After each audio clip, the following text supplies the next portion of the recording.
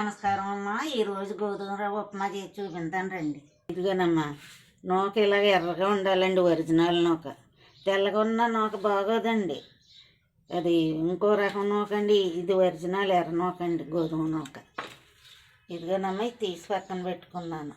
ఉల్లిపాయలు కోసానండి, కరివేపాకు తీసాను, పచ్చిమిరపకాయలు కోసాను, అల్లం కోసాను.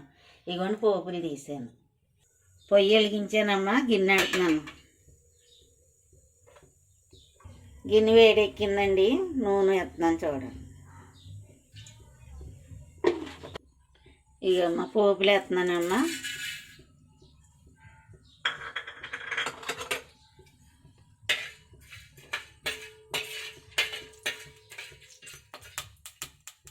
వేగిందమ్మా.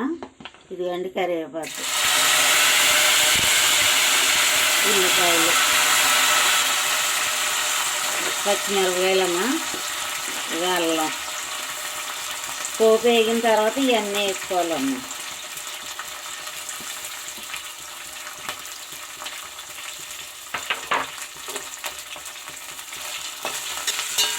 ఇవన్నీనమ్మా మాడిపోకుండా చక్కగా దోరగా ఎక్కువని అప్పుడు నీళ్ళు పోసుకోవాలండి. ఉప్మా రుచి ఉండదండి మాడిపోతే. ఈ ఉప్మా అమ్మ ఎర్రనొక్క గురించి షుగర్ ఉన్న వాళ్ళకి, మామూలు వాళ్ళకి అందరూ తినొచ్చమ్మ.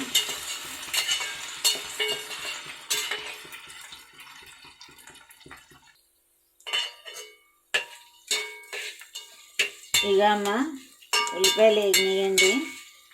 గ్లాసున్నర నూకండి, 3 గ్లాసులు నీళ్ళు వేసుకోవాలమ్మా. ఈ గ్లాసుతోనమ్మా గ్లాసున్నర నూకండి, 3 గ్లాసులు నీళ్ళు వేయాలండి.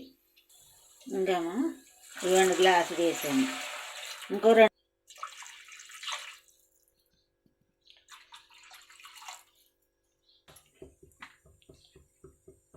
ఎంత అయితే నూక తీసుకున్నామా దానికి డబల్ వేయాలండి నీళ్ళు.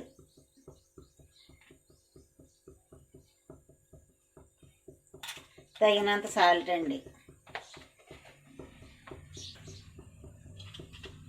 మూత పెట్టేస్తానమ్మా. నీళ్ళు మరిగిన తర్వాత నూక వేసుకోవాలి. ఎసరు మరిగిందేమో చూద్దాం రండి అమ్మ.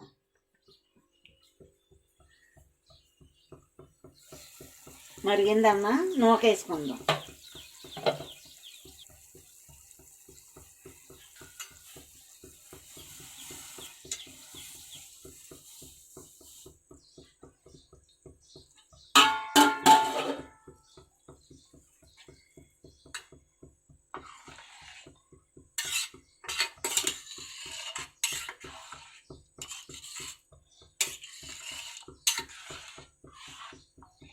సిమ్లో పెట్టాలమ్మా. ఇది మూత పెట్టేసి ఒక పావు గంట సేపు ఉంచాలి సిమ్లో పెట్టి.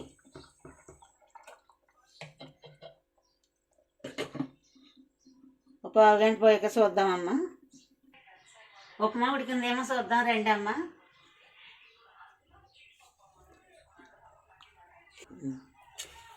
ఉప్మా అయితే ఉడికిందమ్మా. చూడండి అమ్మ ఎంత పొడి పొడిలాడుతుందో. నేను చెప్పినట్టు మీరు చేసి లెక్కగా అయ్యే నీళ్ళు పోసి వండారంటే చక్కగా ఇలా పొడి పొడిలాడుతుంటుందమ్మా. తింటాక కూడా చేతికి అంటుకోకుండా చాలా బాగుంటుంది. ఇలాగే చేసుకోండి అమ్మ. చూడండి ఎంత బాగుందో. వాసన కూడా చూడండి కమ్మగా ఉందో. ఇది అందరూ తినొచ్చమ్మా.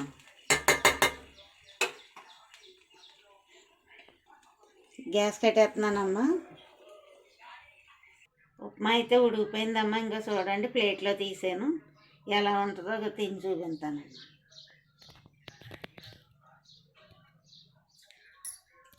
బాగుందమ్మా, చాలా బాగుందండి. ఎర్రనూక ఉప్మా కదండి, చాలా రుచిగా ఉంది.